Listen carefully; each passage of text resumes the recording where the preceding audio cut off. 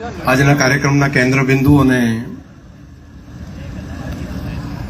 આ જિલ્લાને આખી પ્રક્રિયાની અંદર તેમનો મુખ્ય ફાળો રહ્યો છે તેવા આપણા પ્રભારી મંત્રી ઉદ્યોગ મંત્રી માન્ય શ્રી બળવંતસિંહભાઈ રાજપૂત,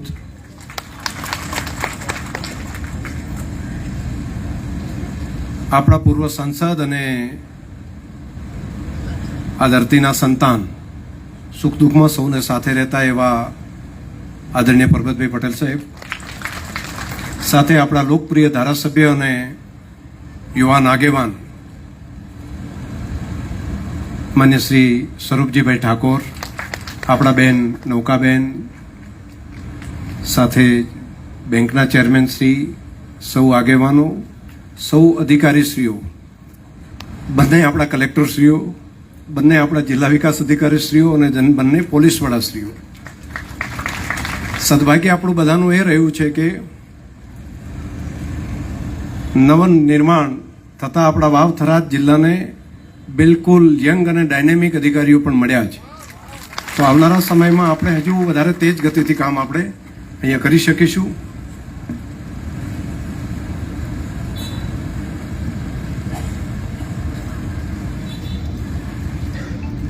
આપણી લાગણી, આપણી માગણી, આપણી ઈચ્છા એ રાજ્યના મુખ્યમંત્રી શ્રી ભૂપેન્દ્રભાઈ પટેલે પ્રજાની માગણીને માનીને આ એક ઐતિહાસિક નિર્ણય કર્યો છે. આમ જનરલી કોઈ એક જિલ્લો બનાવવો, 4 તાલુકા બનાવવા આમ આટલા ટૂંકા ગાળામાં બહુ અદ્ભુત કહેવાય. એટલે માન્ય મુખ્યમંત્રીશ્રીએ કેટલી ઉદારતાપૂર્વક એ વિચાર ન કર્યો કે સરકારી તિજોરી ઉપર કેટલો ખર્ચ લાગશે. એમણે એ વિચાર ન કર્યો કે એના કારણે બાકી જગ્યાએ પણ લોકો કહેશે, પરંતુ એમણે વિચાર્યું કે સાચા અર્થમાં સરહદી વિસ્તારને આ જિલ્લાની જરૂર છે એવો મનનો ભાવ અને પ્રજા કલ્યાણ માટે સતત એમના મનની અંદર અનુકંપા કે અહીંનો કોઈ માણસ એને શેખ પાલનપુર સુધી ધક્કો ના ખાવો પડે, જિલ્લાના વહીવટી તંત્રને શેખ સરહદ સુધી ન પહોંચવું પડે, તે માટેનો જે ભાવ હૃદયની અંદર હોય ત્યારે જ સરકાર આવો પ્રોએક્ટિવ ગવર્નન્સનો નિર્ણય કરી શકે. અને આ બહુ સરસ નિર્ણય કર્યો છે. એના માટે આ વિસ્તારના જનપ્રતિનિધિ તરીકે માન્ય મુખ્યમંત્રી શ્રી ભૂપેન્દ્રભાઈ પટેલ સાહેબનો હૃદયથી ખૂબ ખૂબ આભાર માનું છું. અને આપણે બધા પણ મોદી સાહેબની જે વિસ્તારની પ્રજા માટેનો પ્રેમ ને લાગણી છે, દેશના પ્રધાનમંત્રી મોદી સાહેબનો જે પ્રેમ ને લાગણી છે, માન્ય મુખ્યમંત્રીશ્રીને પણ આપણા વિસ્તાર માટે એટલો પ્રેમ ને લાગણી છે. તો એક વખત હું ના કહું ત્યાં સુધી તાલી પાડીને બે હાથ ઊંચા કરીને બંનેનો આભાર માનો. ચાલુ રાખો તમે બધા. આપણને જો પ્રેમ હોય તો આપણે બધા હજી ચાલુ રાખો બધા. સતત જો એમને લાગે તમને ખૂબ ખૂબ આભાર, ખૂબ ખૂબ ધન્યવાદ. કેમ કે આપણા માટે કોઈ પગનો કાંટો કાઢે ને તો પણ આપણે બહુ ગુણ ભૂલતા નથી. તો બંને મહાશયો, માન્ય પ્રધાનમંત્રીશ્રી અને મુખ્યમંત્રીશ્રી આપણા માટે ખૂબ મોટું કામ કર્યું છે. એમની સરકારનો આપણે હૃદયથી આભાર માનીએ.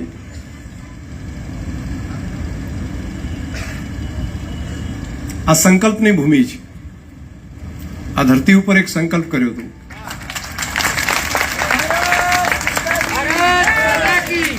મને એમ છે કે આ જગ્યા હતી ને, અહીંયા જ હતા. અને મા જગદંબાએ નવરાત્રીની અંદર જ એની અનુકંપા સિવાય ન થઈ શકે. આપણે તો બધા નિમિત્ત હોઈએ, ઈશ્વરની કૃપા સિવાય નથી થતું હતું. બાકી મહેનત તો ગમે એટલી કરીએ, ક્યાંથી પરિણામ મળી શકે? પરંતુ આપણા સાચા મનથી સંકલ્પ કર્યો હતો અને ઈશ્વરે આશીર્વાદ આપ્યા. આજે રા તાલુકો પણ બની ગયો અને થરાદ જિલ્લો પણ બની ગયો, સાથે સાથે ધરણીધર તાલુકો પણ બની ગયો અને અહીંયા આગળ ઓગણનાથ તાલુકો પણ બન્યો અને હળાદ તાલુકો પણ બન્યો. ઈશ્વરની કૃપા આ વિસ્તારની પ્રજા ઉપર છે અને આજે એનું પરિણામ છે. મિત્રો, જ્યારે આપણને આટલી મોટી કામ, આવી મોટી ઓપોર્ચ્યુનિટી આવતી હોય ત્યારે આપણી રિસ્પોન્સિબિલિટી ખૂબ વધી જાય છે. ખૂબ મોટું મન બનાવવું પડશે, ખૂબ મોટા સપના જોવા પડશે અને સપનાને સાકાર કરવા માટે તંત્ર સાથે આપણે જોડાવવું પડશે. તંત્ર સાથે જોડાઈએ તો કેવું મોટું પરિણામ મળે છે. હમણાંનું પૂર અને પૂરની સ્થિતિ એનો દાખલો છે. જિલ્લા વહીવટી તંત્ર, કલેક્ટરશ્રીથી કરીને આખું તંત્ર છે ગામડા સુધી પહોંચી જાય.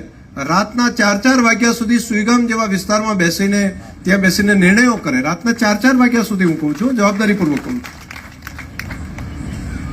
અને આવડી મોટી આફત તો સરકારી તંત્ર જોડાયું, સાથે પ્રજા જોડાઈ અને બધા ભેગા થઈને હેમખેમ એમાંથી લગભગ એક પણ માણસની જાનહાનિ સિવાય આપણે બહાર નીકળ્યા. આ નાની ઘટના નથી. આપણને બાકી મુશ્કેલી પડે તો મુશ્કેલીમાં દેખાય, પરંતુ આ બધામાં કેટલો પુરુષાર્થ લાગ્યો હશે, કેટલી બધી મહેનત થઈ હશે. તો આજે ભલે જિલ્લાનું પુનઃનિર્માણ નવનિર્માણ થાય છે, પરંતુ હું આ ધરતી ઉપરથી બનાસકાંઠા જિલ્લાના જિલ્લા વહીવટી તંત્રનો હૃદયપૂર્વક આભાર માનું છું, એમને અભિનંદન આપું છું. એ કલેક્ટરશ્રીથી કરીને નાનામાં નાના કર્મચારી સુધી બધા લોકો, આખી આપણી ટીમ એને રાત દિવસ મહેનત કરી હતી. મેં મારી નજરે જોયું છે. કેટલા દિવસો સુધી ઘરે નથી ગયા, બહાર ગાદલા નાખી દીધા હોય દૂધ શીત કેન્દ્રની અંદર, ત્યાં રહ્યા છે, ત્યાં ખાધું, ત્યાં બેસીને કામ કર્યું. એ પૂરની અંદર 4-5 ફૂટ પાણીની વચ્ચે જઈને આપણા યુજીવીસીએલના કર્મચારીઓ ચાલુ પાણીમાં જઈને લાઇટ ચાલુ કરતા હતા. આ કામ કરતા મેં આ કામ માટે તો સારું કામ કરવા વાળા લોકોને જો આપણે અભિનંદન નથી આપતા તો મને લાગે છે કે આપણે ખાલી ખાંચા કાઢવા હોય ને તો આખું કામ 98% કામ થઈ ગયું હોય, પણ જો 2% બાકી રહી ગયું હોય તો જો ખાંચા જ કાઢવાથી 2% જઈને ગોતવાનું, સવારથી હાથ સુધી જો 2% મળી જાય તો એ તો ગોતવા જઈએ તો ના જડે એવું નહીં, મળી જાય. પરંતુ એક કામ કરવા વાળું 98% કામ કરવા વાળી ટીમ જે છે ને, રાત દિવસ મહેનત કરી છે ને, એને પણ પરિવાર છે, એને પણ ઘર છે, એ લોકોએ કામ કર્યું છે.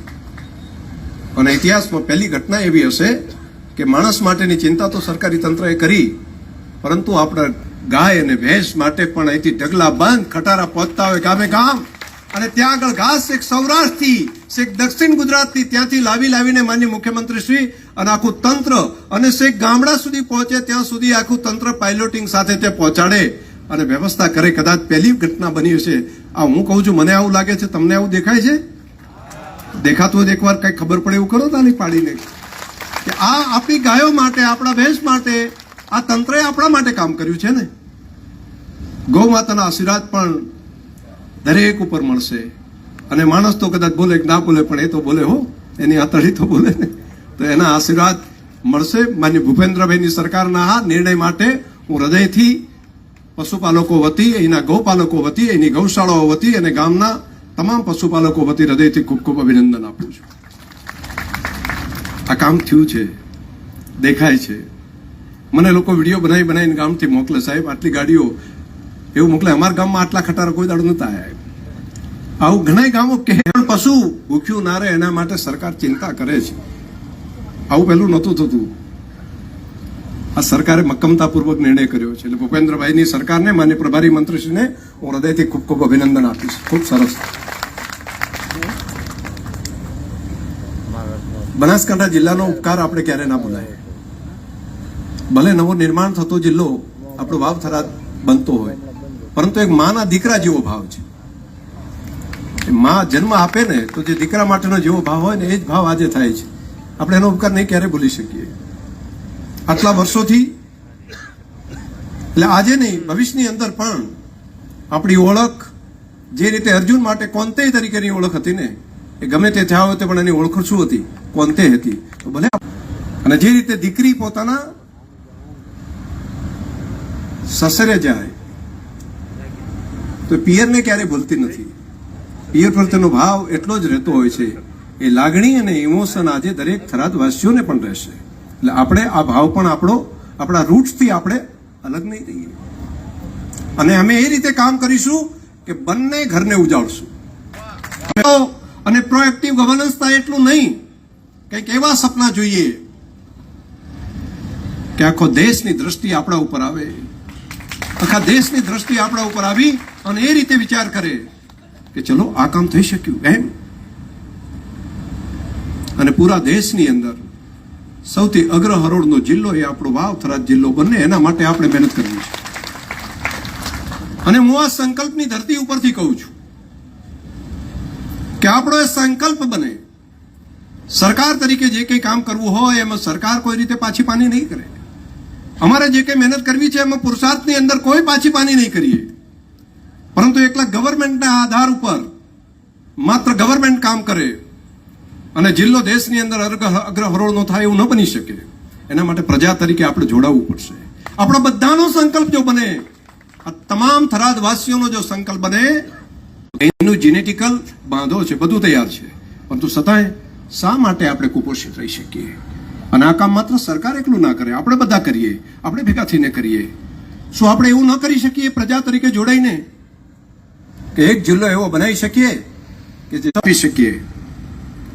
અને હું જે ટેલેન્ટ આપણી સ્કૂલમાં જાઉં છું અને બાળકોમાં જોઉં છું, તેના આધાર ઉપર કહી શકું છું કે નવી જનરેશનની અંદર સ્ટ્રેન્થ પડેલી છે.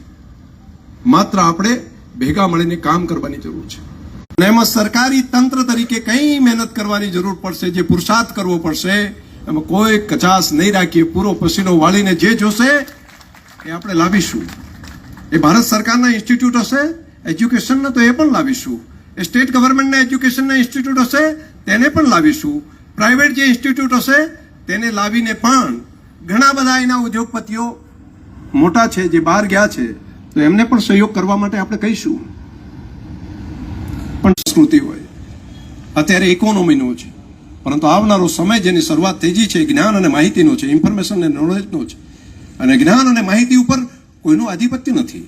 એ ઝૂંપડામાં રહેલા દીકરા કે દીકરી એ પણ પુરુષાર્થ કરીને આગળ વધી શકે છે.